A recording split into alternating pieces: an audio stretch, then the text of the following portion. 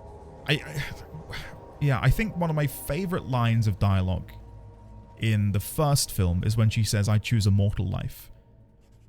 Because we can never comprehend what it must feel like to be an immortal being, right? An immortal elf. And for her to basically give up immortality to love Aragorn, despite not being immortal, surprisingly, I was like, holy shit, that might be the most romantic thing I've ever heard. You know, like, I really glommed onto that. I think the reason Lord of the Rings is so good is it's multifaceted, but the characters are also rich. And I know that's such a hand-wavy thing to say rich, but I don't know. I need to write a script. I can't just wax lyrical about it, unfortunately. When I first read Return of the King, I was not at all interested in what Sam and Frodo were doing, so I skipped all of their chapters and read the rest of the Fellowship's chapters first, then went back and read the Frodo and Sam stuff. Gotcha. I did the same when I was reading Game of Thrones. I say Game of Thrones, you know, A Song of Ice and Fire. A lot of Sansa's chapters later on really were like, oh my god, end me. You know, how many times can we talk about lemon cake? And I did something similar, where I was like, I'll come back to them later. Like, I need to follow this thread. I can't go on this depressing journey right now. Enemy D20, yeah, that's it, Luke. Remember, Sam went on the entire journey to build up the courage to confess to a girl who already liked him. Good old Rosie. 7-0 Storm. The wars continue in the depths, and the border taigs are lost. Orzammar fortifies and holds, but the lost ground is not regained and remains dead space. Where Darkspawn multiply, it was a surge. Darkspawn multiply, there it is. So they do have the sex. It was a surge, but the surface was not breached. There was no great archdemon behind them. No blight was declared. No rallying cry was given. The warden slumbered. After centuries of constant skirmishes, a trend becomes clear. The first line of defense, unacknowledged for centuries, weakens. Huh. Interesting. For the most part, I try to treat versions of a story in different media as separate things. The biggest thing that bugs me is when a version undermines a major theme of the original. Taliesin, you have taken my brain, put it in your head, and wrote that message, because I agree with you. Case in point, The Witcher. The Witcher TV show began to undermine core themes which make The Witcher what it is. That's a no-go. Keep that theme. That's core to the story. That is such a vital, integral part of why this is so beloved. That to change it is effectively changing everything. When they do that, I tend to lose interest. Yeah. Which I don't think is, you know, Peter Jackson stay true to the themes of Lord of the Rings, which is why it's so beloved. We could sit here and talk about multiple different franchises which have undergone the same thing. But I fully agree with you. The existence of an adaptation doesn't come at the cost of the original media. Right? So, as an example, The Witcher TV show not being great and sort of pissing on the legacy of the books and the games, to my opinion, you are welcome to disagree, and I invite you to, in fact, doesn't mean I suddenly don't like The Witcher anymore, because, oh wait, all of the things I liked are already there and haven't been tarnished by what's just come before it, you know? Oh, did they change things make some time? I've not caught up with the animated series. Have they started making, like, creative decisions to change the story? That's a shame, if so. I thought season 1 did a really great job at portraying the story as it happened. So if they changed that in seasons 2 and 3, that would be a surprise to me. Oh, no way, I was out of range. Stay alive, Sariel. He's gonna die. It was good knowing him. Unless I can get a little regeneration out there. Or even try and freeze the genlock. Yay! Hey, we got it. Oh, I see. I think the red circle I'm in prevents me from getting healed. Curse of Mortality. Takes spirit damage over time. Unable to heal. Time remaining 5 seconds. Ah, shit. Crap. That explains so much. They've changed basically everything that was my favorite, which again, their choice to do it, but it's not for me now. That's a shame. Intrexer, I know. Read your tooltips. Shh. Pike is more present in the animated series, so some arcs have changed due to that. That I wouldn't mind, because obviously Ashley was busy doing, was it Blind Spot, wasn't it, during season 1? I'm dead, never mind. That I wouldn't mind so much, but if they're fundamentally changing the theme and, like, the overall vibe... The book Blood and Chocolate had a weird ending that came off as, like, pro-abuse, and the movie just completely reversed it and made it kind of cliche but less creepy. And I'm on board with that. And so I can't comment for having not read it or watched it. Grimlock, right? They're not good, are they? They definitely dropped the ball, I think, in that regard. What can we get rid of? I'm just going to get some random stuff. Much to the dismay of many of you, I imagine. Raylex, maybe we can chat about it in the media channel. That could be fun. All right. Again, I used to be a diehard Critical Role fan. I was there every Thursday. I'd stay awake until, like, the early hours watching it. But I think the show fundamentally changed. I feel like this came up not long ago in chat at some point. And it became less group of friends play D&D and more business owners do business.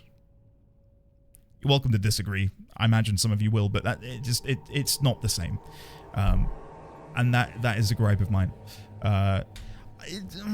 Sellout is maybe one step above. They're close to it. Because I do still think it's got heart. But it's a comparing a candle to a roaring flame, I think is the better way to put it. I do miss that a lot. It brought me a lot of comfort watching that show.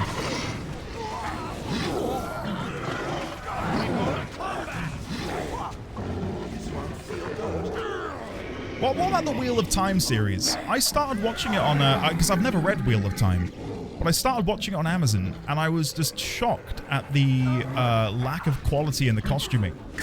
There was a character at the very beginning, and it looks like they're wearing a sweatshirt that you could buy from insert generic supermarket here. I thought, wait, isn't this meant to be like a fantasy show?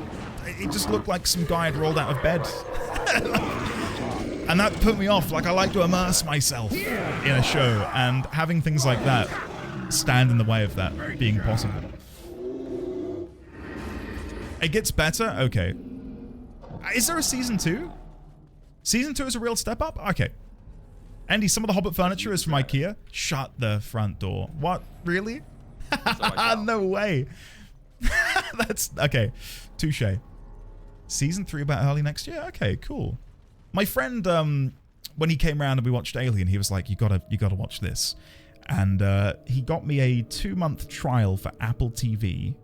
And he said I need to watch... Oh god, it's sci-fi. One was called Severance with Adam Scott. And the other one was... I want to say like The Foundation? Foundation, that's it. Yeah, that's the one.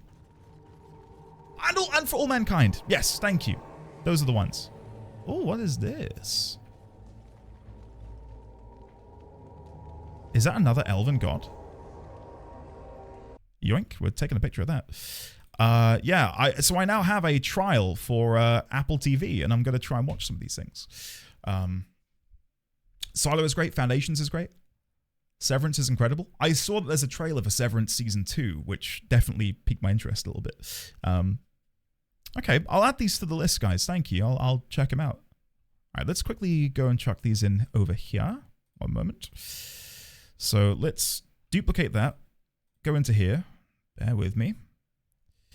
My notes is a little convoluted to work through. Copy, paste, delete, zoom out, and then put this down here. Cool. Right.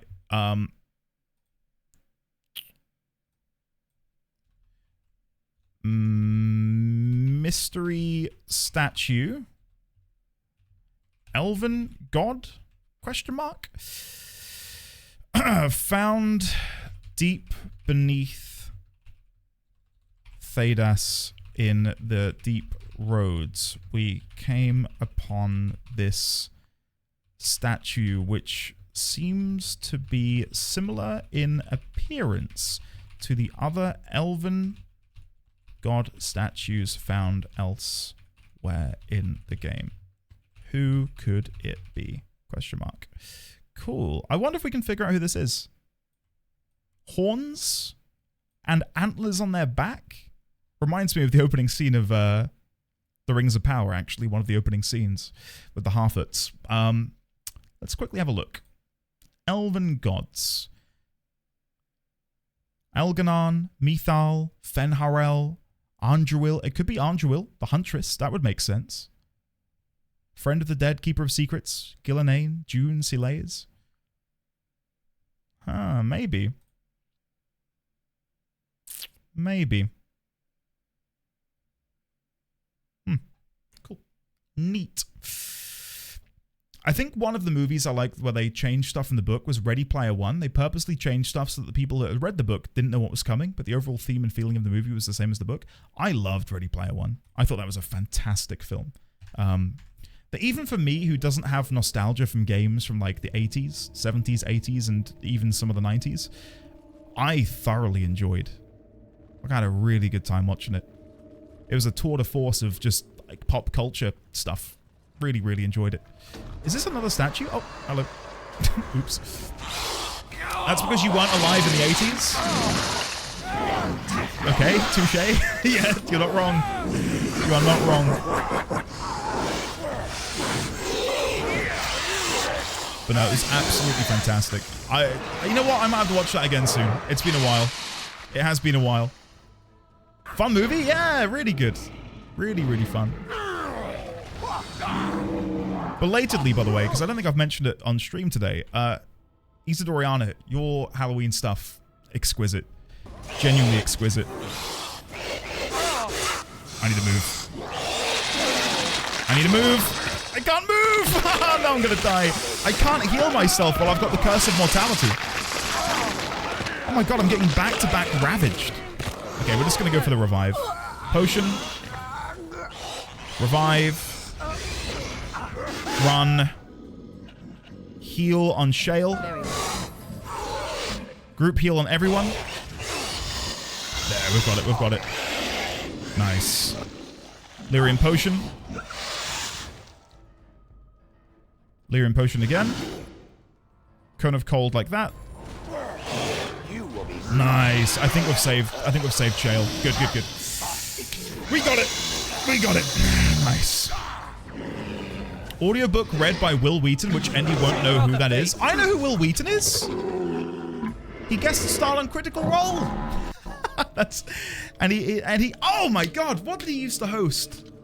The board gaming show with Felicia Day. Oh my god! What was it called? Tabletop. Yes. Oh, I loved that show. That was amazing. That was like a proper comfort show back in the day. Will Wheaton's Tabletop. And his unfortunate luck with the D20 die. God. Oh, I'm going to have to watch some of those later, I think. Didn't love it enough to remember the name? Because it's been like 10 years. 10 years, man. Come on. Give me a break. My brain right now is just Dragon Age and FF14. What can I do? Shale, let's give you a heal. God, Shale is really getting hammered over there. Okay. Go for the group heal. Then we'll go for another heal on Shale. Oh, stunned. That's not good. Heal again. So be it. There we go. We got it. We got it. We're good. And then regeneration. And hopefully that'll be enough.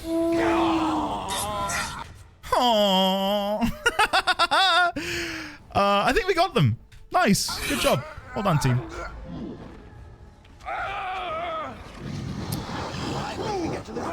this should... Isidoriana, that is genuinely awesome. For people who missed it, Isidoriana went as Yennefer and her boyfriend went as Geralt for Halloween, and it is exquisite. Did you make the costume yourself for both you and him, or did you buy that? I'd love to know more about it, Isidoriana, because I've said to Mrs. D20, if we ever do like a Halloween party, I'd love to be like Geralt because I love Geralt. So yeah, I'm very intrigued. I love the short D&D series Will did with Laura Bailey. Which one was that? Was that with Crit Roll? It always tickles me that Wheaton himself is so much more popular than his character was. What was his character called? He was in Star Trek, wasn't he? But I don't know what he was called in the show. I know Will Wheaton for his role as, you know, an entertainer on Geek and Sundry. Ashes of Elkanah? Was that it? It might be. Doesn't ring a bell. Titan's Grave, that's the one. God. You guys are making me want to go on another D&D binge. Maybe rewatch the original Crit Roll series again. Wesley, that's it. That's who we played. Yeah. Saving game. Okay, that's a good sign. I probably should use some things. Right. Stoneheart is enabled. Frost Weapons is enabled. We'll do powerful swings on Ogryn. Get Berserker ready. Okay, I think we're good. Oh, even more of these statues. We can get a better... Oh. I'll try and get a better look at the statue in a second. Oh my god, there are so many of them. Holy shit. How am I meant to do this? There are so many. I'm gonna die. I'm gonna die. Okay, we need to be very precise in who we're attacking here. Finish off that Hurlock. Good. Finish off this one. Nice. Then go for this Hurlock. If we can slowly peel them away, I think that's going to be our best choice. Genlock Forge Master. Hurlock Alpha. Oh, God. This is not looking good. We can't even kill a single Genlock. Potent Health Poultice. Two-handed sweep. Kill the ads and then focus on the boss after. Oh, God, he's dead. Ogryn's dead. Okay, Shale, move up the hill. I'm going to try something here. We're going to go for a double revive. Lyrium. Lyrium? Maybe a triple revive. I don't know if that's even possible. Let's see. Oh, no, I've run away for some reason. Never mind. Okay. Cone of Cold? Healer myself? Come on, if we do this, I'll be so happy. Healer myself, run around. Winter's Grasp on the... Okay, Morrigan's dead. Oh, God, Chad. That's brutal. Thankfully, the game saved. That is going to be a very tough encounter. There are multiple yellow named enemies, and we've got one legendary enemy. Love how casually he keeps aggroing enemies by going to see a piece of decoration. What can I say? Oops, my bad. Ninzard, hello, how are you? Yeah, I have indeed found Ogryn, and we're trying to reunite him with his beloved wife at the minute. It's not necessarily going very well. Okay, let's try this again, but we're going to try and peel them away. So here we go. Don't get closer. Don't get closer. Come back, come back, come back. Because if we get closer, we aggro the orange-named fella. There we go. Nice. Sadly, no, we didn't make them. Wish I had that level of skill to make the cosplay. And while I love the idea of making my own one, we just went the easy route and bought items between Amazon and then some from a costume website and just picked up pieces over the year. Very smart. Very smart. I know Lumi has made her own cosplays before. I know Dace recently put together a costume for New York Comic Con. I think other people in chat have definitely alluded to the fact that they've made cosplays before. So yeah, maybe inquire in the art section on Discord, Isidoriana. I have a lot of respect for people who can do that. Like create like really cool looking cosplays. I went to BlizzCon in 2019. Very first time I went to like a proper gaming convention. And the last, seemingly. And the amount of people I saw there who were in the most intricate looking cosplays. There was someone dressed up as the Lich King. And it looked cinema grade. And it just blows my mind that people can create that. And so I shall. I think I've got a picture somewhere of me and the Lich King. I'll have to see if I can put it on Discord. Knock him down. Of course. Nice. Morrigan is not healing for some reason. She's way back there. Let's move her in. Go for the group heal. Then we'll go for a mass rejuvenation. Then we'll heal Ogryn.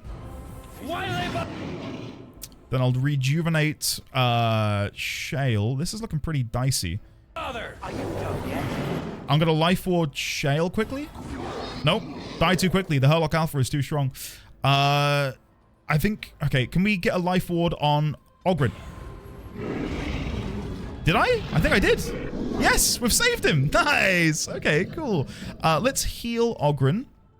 And then I'm going to give him a potion. We'll go for a greater health poultice. Unpause. Go back to Morrigan. Let's use a Lyrium. And then we're going to revive Shale. I think we're going to get there, guys. I think we're going to get there. Gotta wait a second, then I'm going to do a group heal. 3, 2, 1. Group heal. Nice. And then heal onto Ogryn. He's not doing a bad job at tanking that boss over there, actually, considering how strong he supposedly is. Dicey, because the dice being rolled in the background are not in your favor. The question is how many debuffs from death we have, because it feels like everyone is dead every fight. Ashy, how dare you come in here with a complete and utter lack of respect for my gameplay ability set. How cruel. Alright, let's go for the regeneration again on Ogryn, and I think he's going to have another potion. There we go. That seems fine. Deal with the Genlock. I'm going to have Shale run over here and deal with the Forge Master. Another Lyrium potion onto Morrigan. Nice. What a tactical level up there from Ogryn. Do you see that? That was amazing. Mid-combat. I wonder if we can get away with the paralysis. Come on. Nah, resisted. Damn, that's a shame. We've lost Shale. Shale just got obliterated. Holy shit. Okay. That's not good. That's really not good. I shall do it. And now they're turning their attention to Morrigan. That's to be understood. Okay, moving around. Moving around. Group heal.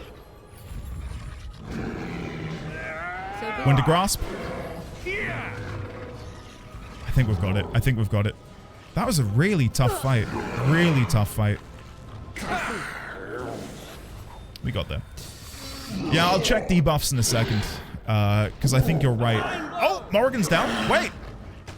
Wait, it's not over yet. I took my eyes off the game for a second and Morrigan got clobbered.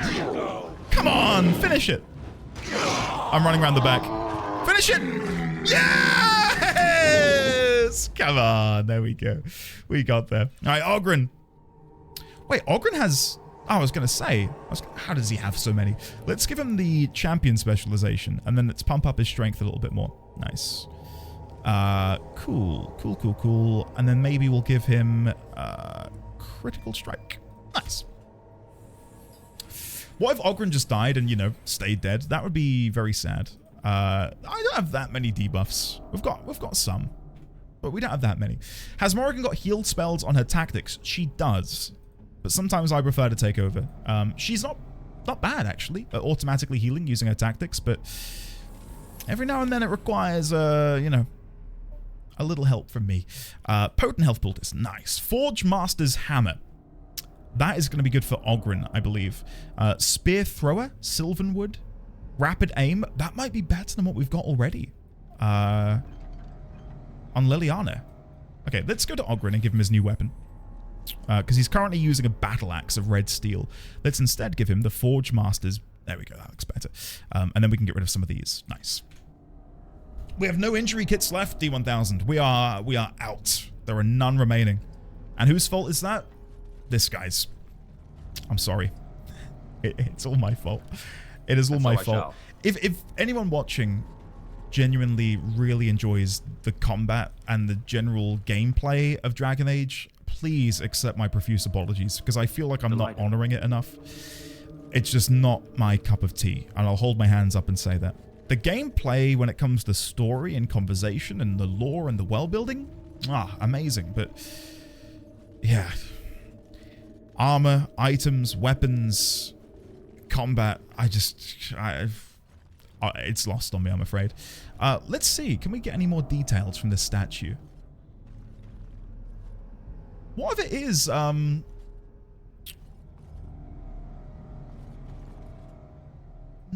it can't be Gillenane. I was going to say, could it be Gillenane because of the skull, but Gillenane is a Harla, isn't she? She became a Harla, hence Mother of Harla. Damn. Of course.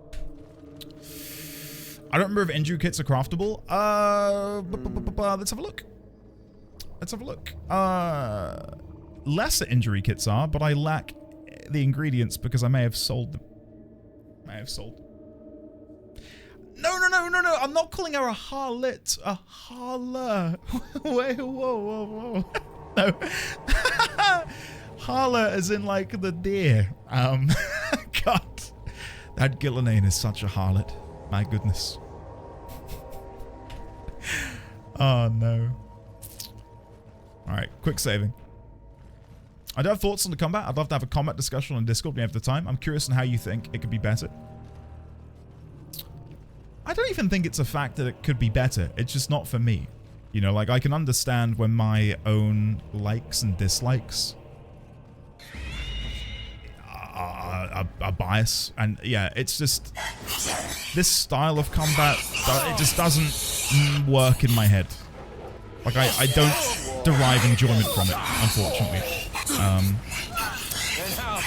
Like I could sit here and go critical hit there, and then go over here, and then, you know, pick a different ability down here, and then go back over to Morrigan. Not even that would make it enjoyable for me. I say it as if I don't like it a little bit. It's okay. That's all it is. It's okay. And when the rest of the game is more than okay, it stands out as being the weaker part, you know? Morrigan, you need to do some healing, if possible, because we are about to die. Let's go for the group heal. Then we'll follow that up with a Cone of Cold through there. Or through there. If we go through there, we hit 4 of them. It will deal some allied damage, but I think it's largely beneficial. Okay, nice. We will try a mass paralysis as well while we're here. Come on, please work. Please work. Nice! Wow! That hit all of them? Holy shit, that's amazing. Guys! Who'd have thought? Who'd have thought it's a good ability? This combat is like a micromanaged RTS game. Yeah, that's a good way of putting it. That is a good way of putting it. And like all the Deep Roads has been for me is just, it's like a corridor of death. You know, like it's more Darkspawn, more Darkspawn, more Darkspawn, which I'm thankful for. As Luke said earlier, it's nice for the game to make this place inhospitable. It does feel like the Darkspawn threat is very real, and we are approaching their breeding grounds, which is great. But if you're not enjoying the combat as much, it does feel like a slog. It's like, okay, open another door, fight more Darkspawn. Open another door, fight more Darkspawn. Get a reward that's a level 4 helmet, fight more Darkspawn. You know. Codex and the Dwarves' Unknown Burden. 512 Exalted. The surface declares the 4th Blight, a number that means nothing to the stone. In the depths, the events are inverted, our blight spanning the interim years, 7 generations of shifting lines and darkness. Our ancestors are the reason the surface kingdoms don't know a Darkspawn by sight, why even their eldest have never heard an accounting firsthand. They believe the blights are defeated by a gathering of allies with a singular focus. Eventually they will be lost by attrition in the depths. The spawn surges and releases. We fortify and follow, although doubts are raised. 512. So it's been 418 years since the last blight. I don't know if we knew that. Yeah, it's really good D1000. I've rarely used it though, because typically she's having to heal. and it's such a long cast time. The reason I cast it there is because I froze so many of the enemies that I thought, I think I could squeeze this in. I quite like CRPG pause and play combat, but I feel like it could be better in that regard. I think part of it is that I'm not too sold on the fantasy of the various abilities.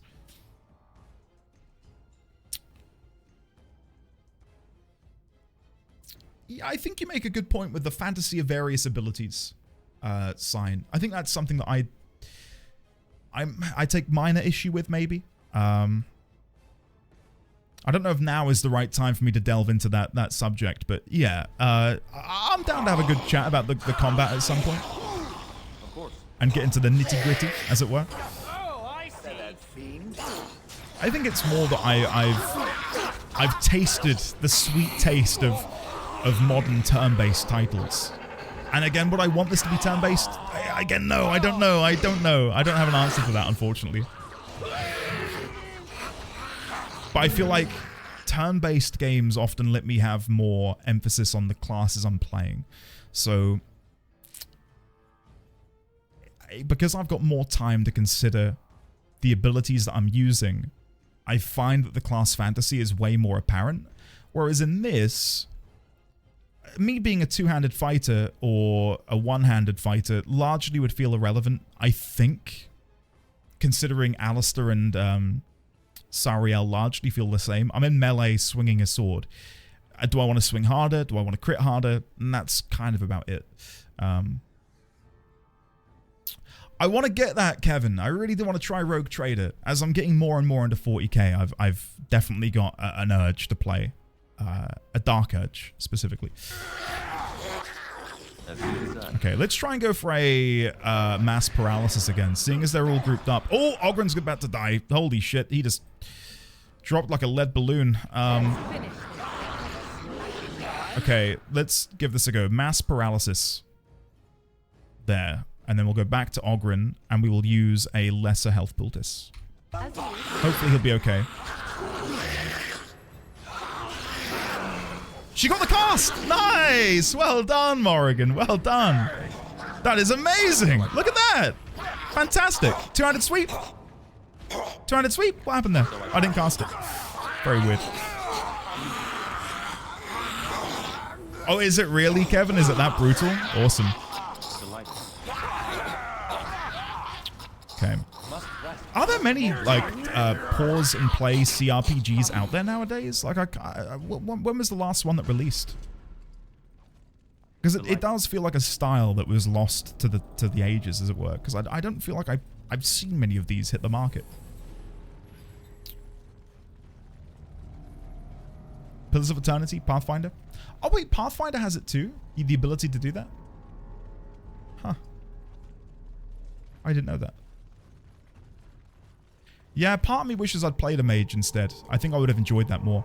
Armor of the Legion. Ooh, indicative of its namesake, this armor is finely crafted yet purposely unadorned, the hallmark of a shunned hero or a welcomed pariah. The Legion has borne this contradiction since its inception. When equipped in a set with the Legion gloves and boots, the character gains a bonus to damage and constitution. Nice! And +3 willpower.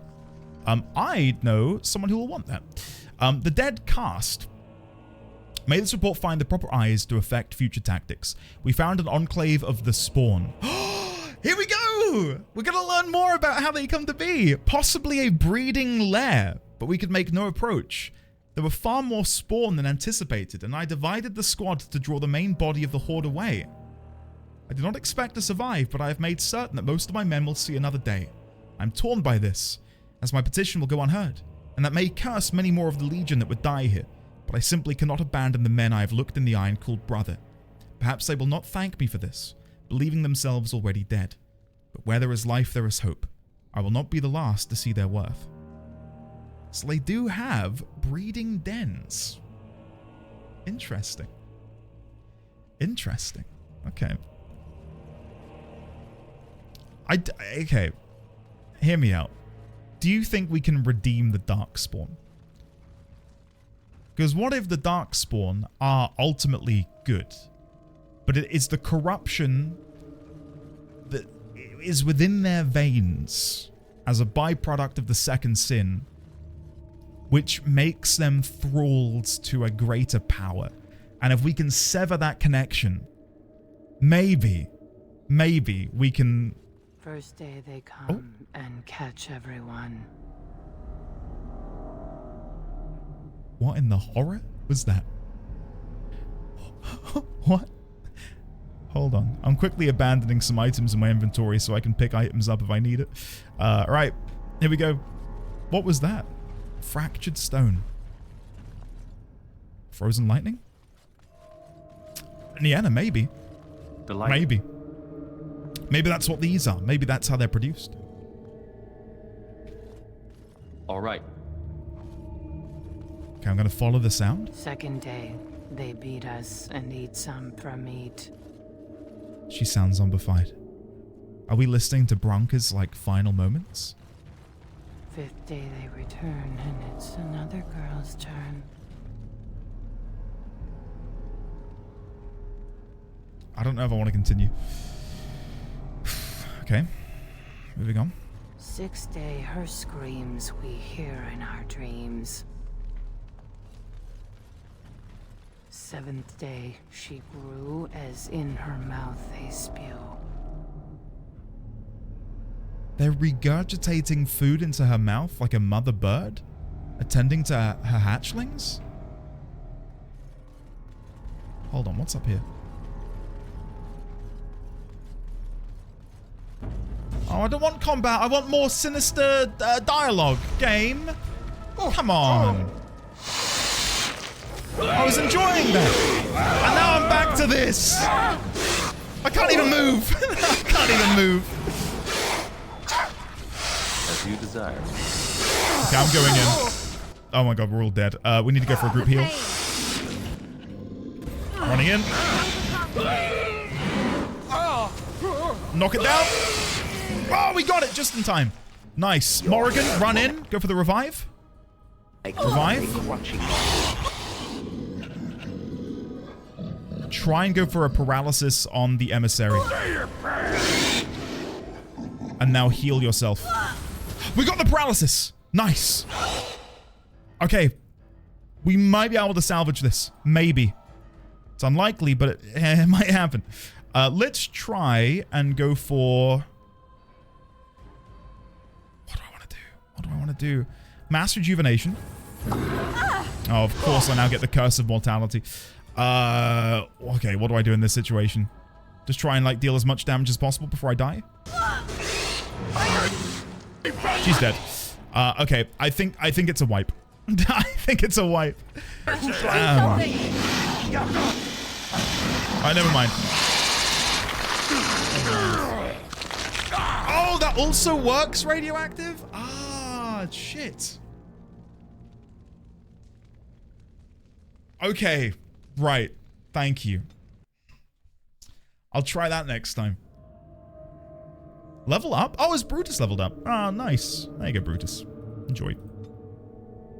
And then shred. Cool. Save again. Yeah, I didn't know that. I didn't know you could just like click on them instead. Oh, I'd been doing that with the heal, but because the revive is ground targeted, I assumed it wouldn't work. Thank you, radioactive. That will genuinely help me because I do die quite a lot. Oh my god! I walked into the room and already I'm nearly dead. Guys, fall back. Fall back. We need to lure them away because that mage is going to carve us. All right, Ogren's dead. And now we go back in. Morrigan, go for the group heal. Go. I'm gonna try and go for a mass paralysis preemptively. I'm webbed. I'm webbed. This isn't gonna work.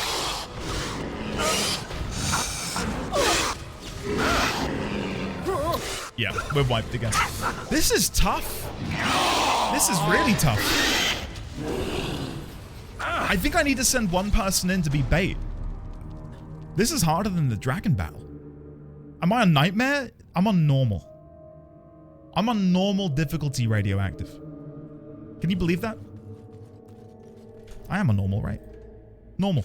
I'm on normal difficulty. Here's the new strat. We're gonna stand up. I don't know how people can clear this on nightmare difficulty with one character. I know you guys said Arcane Warrior, but surely it's not that busted. All right, we're going to lead in with one character. We're going to fall back so we don't go into the traps. Great. As you desire. And then we're going to go in.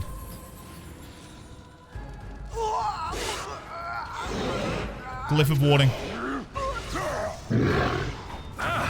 I mean, I probably shouldn't have run in the back, but I thought if I can deal with the mage, that'd be helpful. Practice, lots of practice. It's that busted. You've generally been having an easier time with combat than I did when playing. I'm amazed you weren't stuck in Rage Tower for longer. It's not so bad. Thank you, Cephalia. And so myself. Okay, this is definitely going better because we're not getting chain lightning up the wazoo. Okay, Morrigan, we're going to need a group heal ASAP. Group heal. Nice, good job.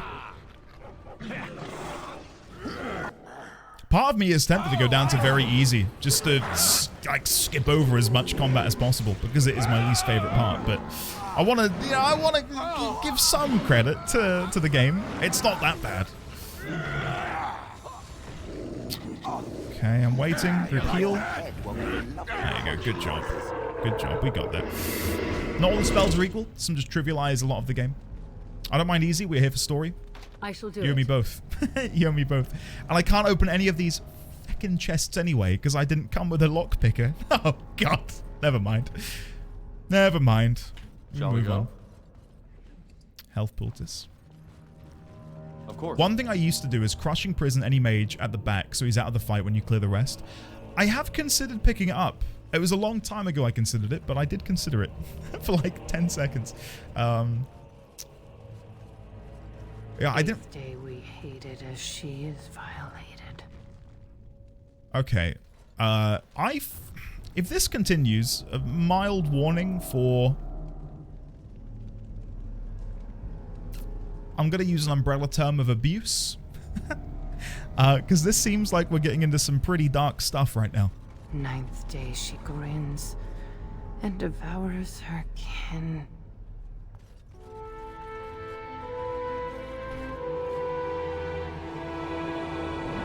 Hello, Ziri. Great timing.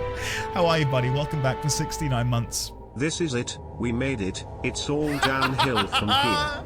Hope you and the fam are doing well, sir. Much love as always, indeed love Zyril, love you too, chat. Thanks for keeping Andy company, indeed Pet Luna.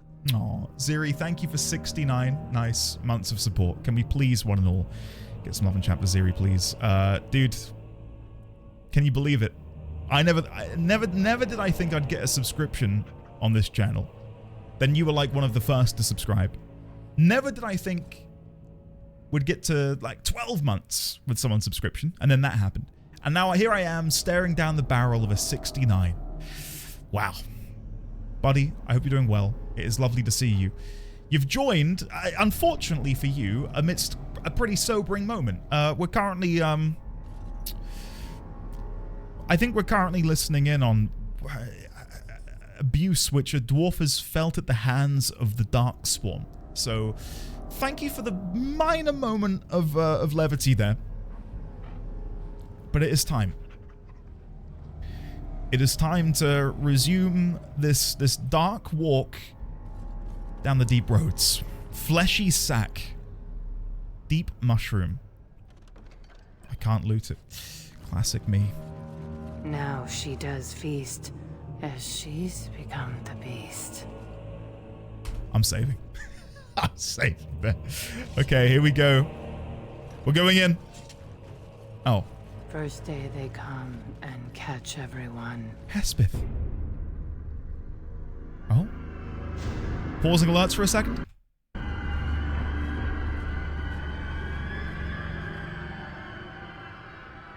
What is this? An elf? Exotic and impossible. Feeding time brings only kin and clan. I am cruel to myself. You are a dream of strangers' faces and open doors.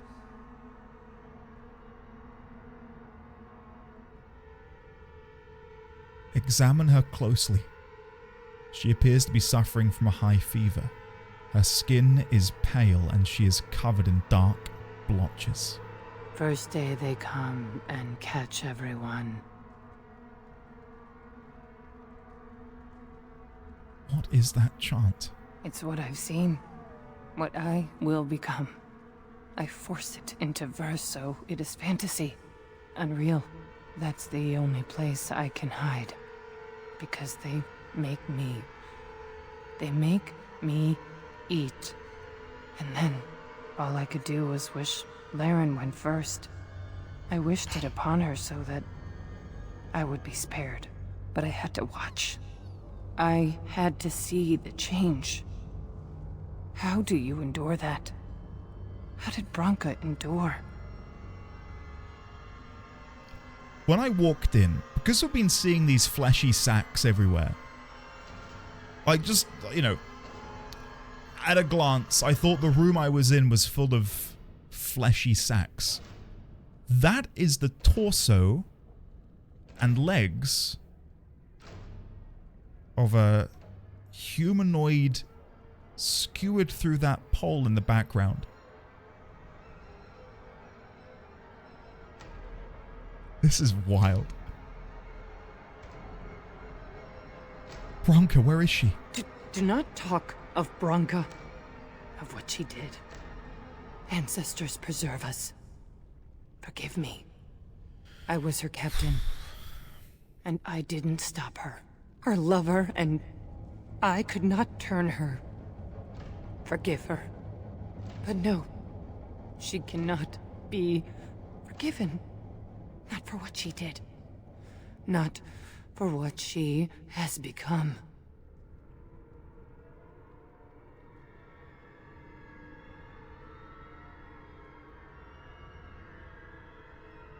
Where do I even begin here? It would feel wrong of me to be bringing up Ogryn during this at the moment. Because it's... what we've just learned about her being Branka's lover is largely irrelevant to everything else she has told us. What did she do, Hespith? What did Branka do? I will not speak of her, of what she did, of what we have become. I will not turn. I will not become what I have seen. Not Laren, not Branka. What happened here? Where's she gone? Branka has to explain this. She has to. Too many sodding tracks here. Some must belong to those thick-boot legionnaires, but we'll probably run into more darkspawn soon.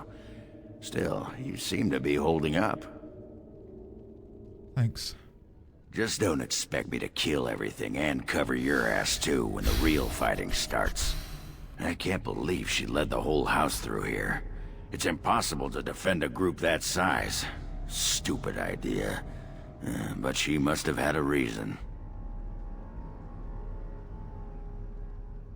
You still respect her, don't you? You'll see when you meet her. It's impossible not to.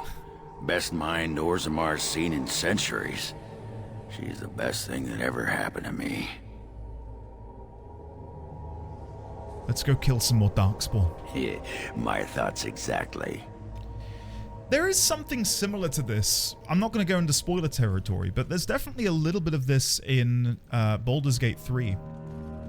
I know I've made comparisons between the games before for different reasons, but there was some incredibly dark storylines in Baldur's Gate 3, especially as you got into Act 3 and reached the culmination of so many of these threads. Again, I shan't spoil it for you, but even Final Fantasy XVI had some incredibly dark stuff in it. It's just delivered in a different way, I would say. Yeah. She became obsessed. That is the word, but it is not strong enough. There was nothing left in her but the anvil. Do you think she's become a golem? Oh, as if there's two ogres. You're kidding me. All right. This is going to be tough. Crazy to think how far we've come here since Ostagar. Back in Ostagar at the very beginning, fighting that one ogre was like the hardest thing. And now here we are, facing down two at once. Blimey. Alright, one's down. We're good, we're good. A testament to how far we've come, isn't it, really? All in sorrow. Oh. Sorrows of Werlyt may very well take the cake. Genuinely. That shit was horrifying. Absolutely horrifying.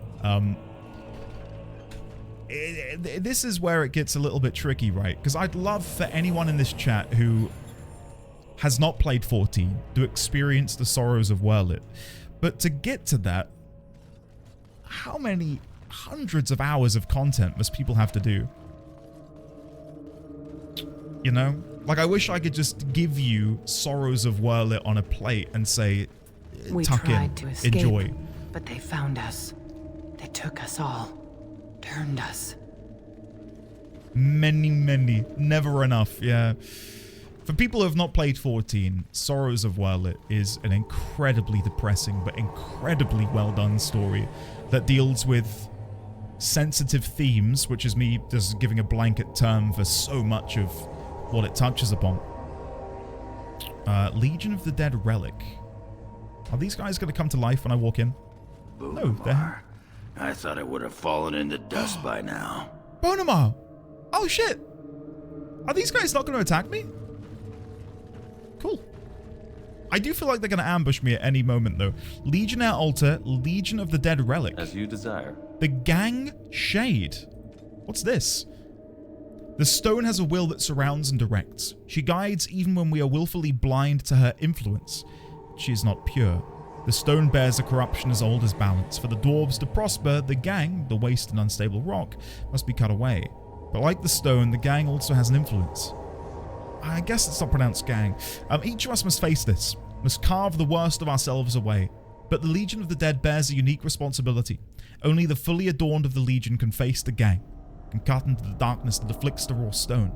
She encircles us, and we must protect her. Here, where darkness means light. Yeah. Oh, is there a spoiler? No spoilerinos in the chat. Please and thank you. Legionnaire Altar. All right. Oh, okay. Helm of the Legion. Nice. The helm is as much designed to obscure as it is to protect. The Legion redeems all, regardless of history, but at the cost of living identity. To become something, you must accept nothing. I wonder if I need to wear that in order to progress. Let me quickly ditch some random bits.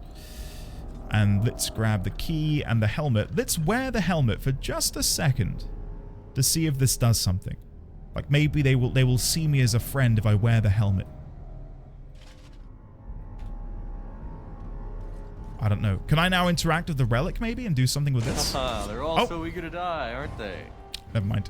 Never mind. Oh yeah, if there was an unintentional spoiler, that's fine.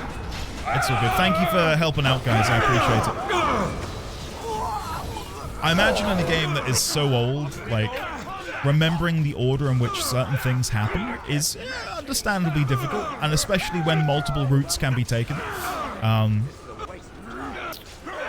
So yeah, whoever did drop the spoiler, don't sweat it, is what I'm saying. Don't sweat it. Now this is more like it. What's this? Pink Bun, it's you and me both. You and me both. It's a pain in my ass, I tell you that. Nice. Alright, good job, team. Me wearing the helmet had no effect. Maybe I need to use it to open the door. Let's go see. Don't sweat it. That's like, what, 1 month ban? Men, yeah. They kill. Give or take. They're merciful. But the women, they want to touch, to mold, to change until you are filled with them. Okay.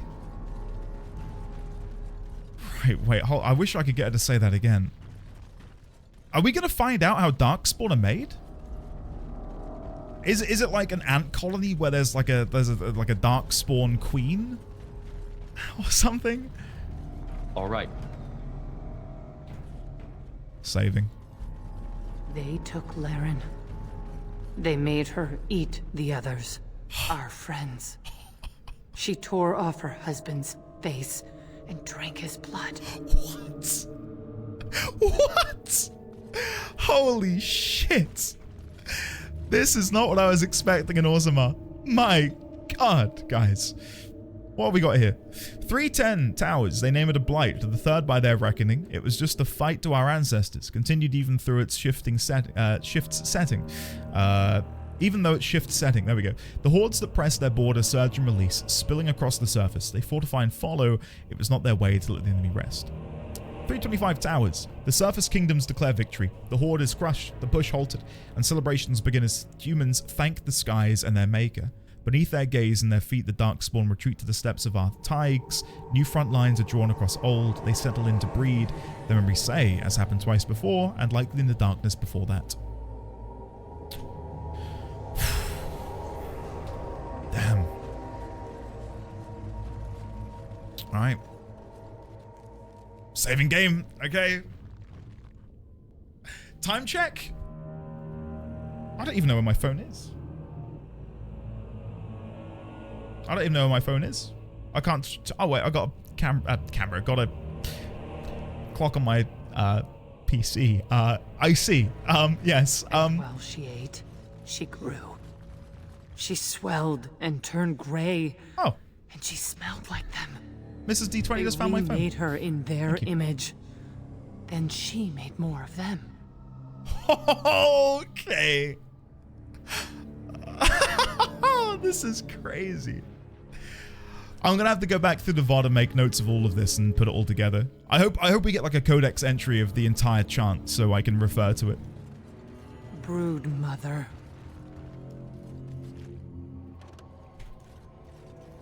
Saving again. Saving again. Oh my god. Jesus Christ, that scared me.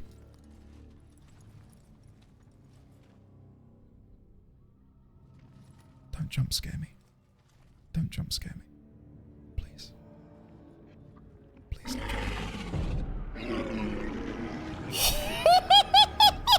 What? Holy shit. Look at the teats. Look at the areola. They're so dry. Finally, we get to the good part.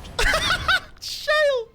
Finally, we get to the good part. I feel sick. I feel sick.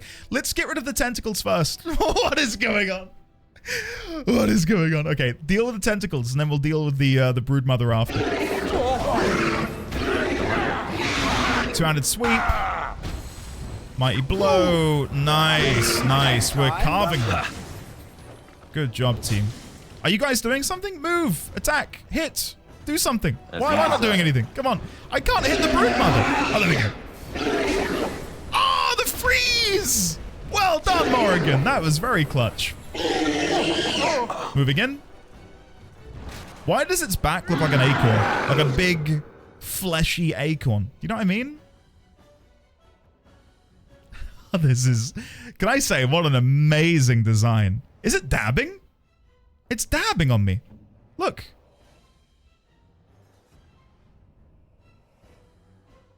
I'm getting dabbed on by the brood mother. And I'm personally here for it. God. Of course. We're going in. Okay, I'm going to assume... Can you stop knocking me back, brood mother? Thank you. Unless, can I squeeze round in the rear? All right. No, you have to fight it from the front. Okay. Oh, did we get a paralyze off? Here we go. I think that's my weapon that did that. It's a very low chance that we paralyze on attack. Oh, Genlock coming in, and Herlock, and more from the other side. Okay, and more tentacles. Oh, shit. Shit. Okay, let's go and use a Lyrium potion and pop frozen weapons afterwards. Frozen weapons. Let's try and go for a mass paralysis right here. Please get this off. Please get this off. Come on. Woo! Come on! Okay, we're going to run over here. We're going to go for a cone of cold across there. Perfect. Nice, well done. Oh, this is amazing, guys. That is exactly what I wanted to see. We'll go for a little cheeky heal on Shale. We'll go for a Cone of Cold again across here. Nice. Group heal. Lyrium Potion again. Come, let's Freeze. Run while you can. Resisted. That's a shame. We're going to go for... Oh, that's not good. Shale's getting low. Maybe I'll just go for a big ol' Frost through the middle. I don't think that'll kill Shale, but that should freeze these three. Nice. And then I can heal Shale. Try again. Heal Shale. Okay. Not perfect, because I didn't really want to freeze them, but it was more good than bad, I'll say that.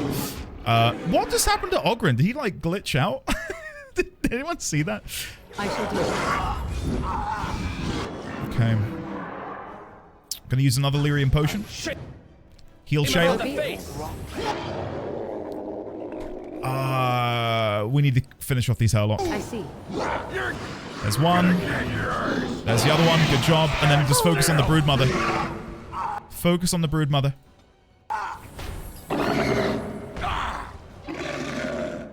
Come on. Come on. Oghren's gonna die. Life Ward on Oghren. Quick. Missed! It missed! How did it miss? You're kidding me. Gamer! Oh god, and now ads are coming in. Oh, for God's sake. Okay, where's Oghren's body? Can you see it? Is it in this mess here? Where the heck is Oghren? Oh wait, you said I can click on the side. Revive Oghren. Go. Yes! He's back! Okay. Lyrium Potion. Group heal. I want to try and go for a mass paralysis again. And then, once that's out, I need to go and deal with these enemies in the back. God, this is going to be a really tough battle. Go deal with him. Go deal with him. Go deal with him. Go back to Morrigan. Morrigan got stunned right at the end of our cast. Oh, shit. Mass Rejuvenation. Heal on Oghren. Oghren, use a potion. Oh my god.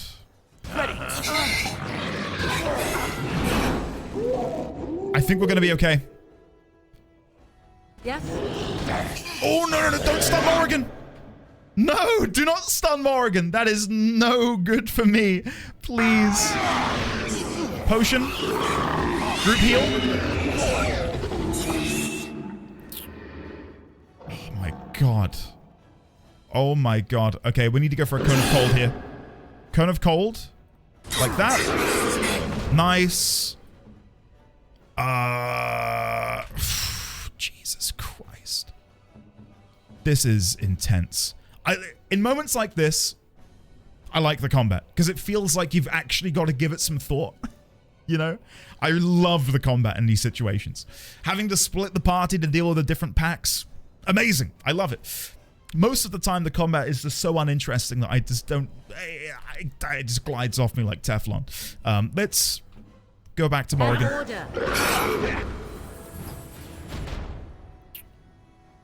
Finish off these Shrieks. Come on, finish off the Shrieks. Nice. Now, I'm in a bit of a predicament because I don't think I've got any more... I've got less Lyrium. That's all I've got left. I don't have many more Lyrium potions remaining. Okay, that's it. We've got them all. We've got... all of them are dead. Go for the Broodmother. Quick. Waste of time. Come on. Group heal. Winter's Grasp.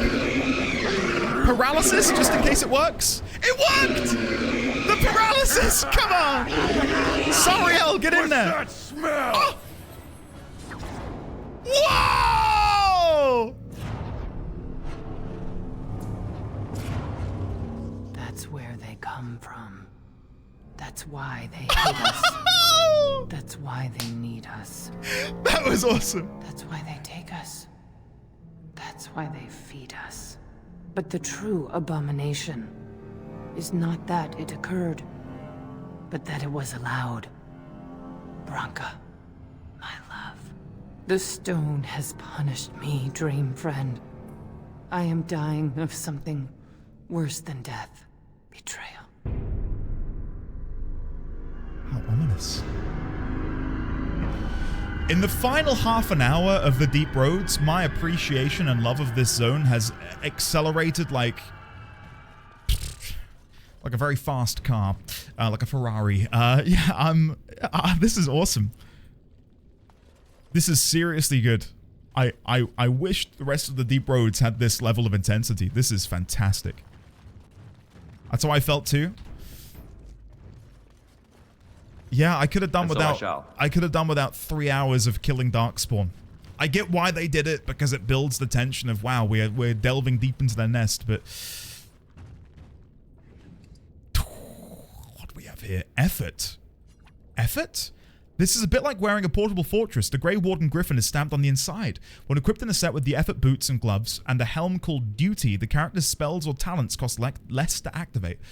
Wow, that's good. Ring of Selection, nature damage, Dwarven, massive armored gauntlets, rock, knocker. If only I had more inventory space. You know what? We're getting rid of all of this. Yeah, I'm done with it. I don't want it anymore. Get out of my inventory. Elf Root, be gone. Cool. I don't want the Soul Rot Bomb, so we're going to delete that. Cool, nice. I have F5. Yeah, don't worry, don't worry. Where is she hiding those? Probably underneath one of the boob flaps. Look at those areola, though. Like, teats. Okay. I'm speaking from a... Whatever I'm about to say, you're going to take the wrong way. Let's not... Okay, yeah, we probably shouldn't. Probably shouldn't.